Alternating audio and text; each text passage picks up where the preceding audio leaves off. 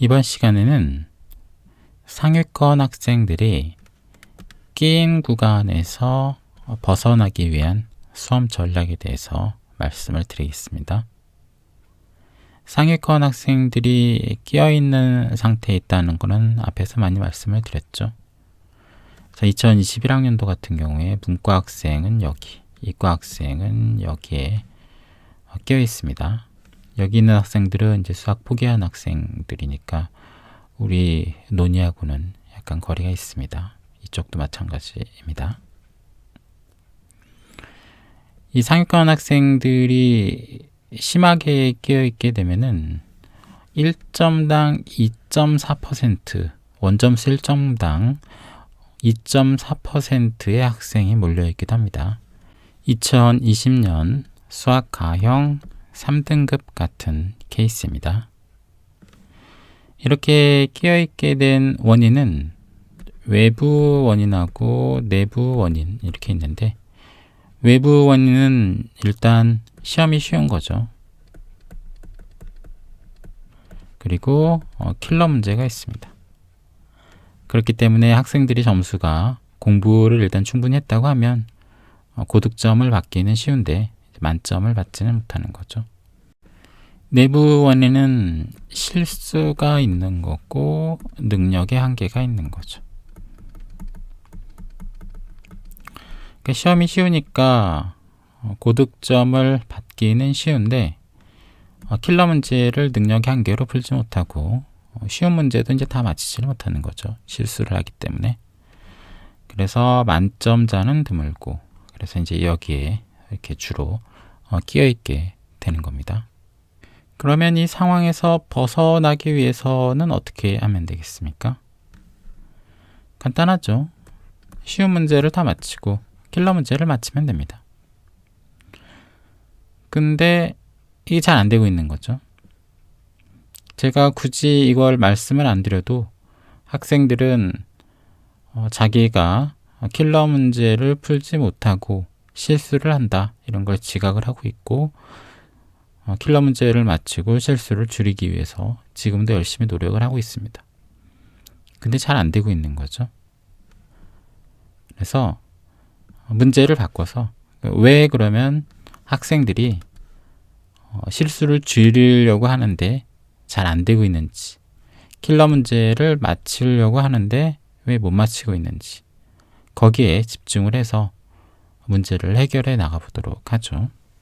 제가 생각했을 때 학생들이 쉽게 이 문제를 해결을 못하는 거는 실수의 원인하고 킬러 문제를 못 푸는 원인을 제대로 파악을 못하고 있기 때문입니다. 실수는 부정확한 풀이인 거죠. 그래서 얘는 어떻게 분류를 해볼 수가 있냐면, 시험 시간에 진짜로 부주의해서 실수를 하거나, 아니면 공부를 할 때 약간 부주의하게 학습을 해서 자기가 어떤 착각을 하고 있는 거죠. 약간 사소한 개념이라든지 공식 같은 거를 잘못 알고 있는 거죠. 그거를 실수의 원인이라고 볼 수가 있겠습니다. 우리가 실수는 자기보다 전체적으로 공부 못하는 애들이 맞힌 문제를 맞히지 못한 문제로 이제 정의하기로 했으니까 이렇게 분류를 해볼 수가 있는 거죠.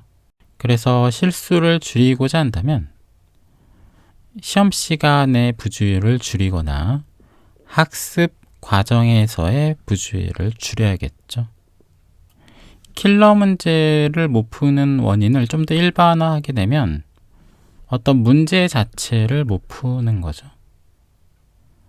그래서 얘랑 결합을 하게 되면 이제 둘 다 원인을 개선을 하게 되면 이거를 개선을 하게 되면 여기는 이제 원인을 개선을 하게 되면 못 푸는 문제가 줄어들고, 이거를 개선을 하게 되면 푸는 문제는 좀 더 정확해지니까 점수가 이제 극대화가 되겠죠. 어쨌든 풀지 못하는 문제가 존재하는 이유는 기본적으로 문제를 풀 능력이 안 된 거죠.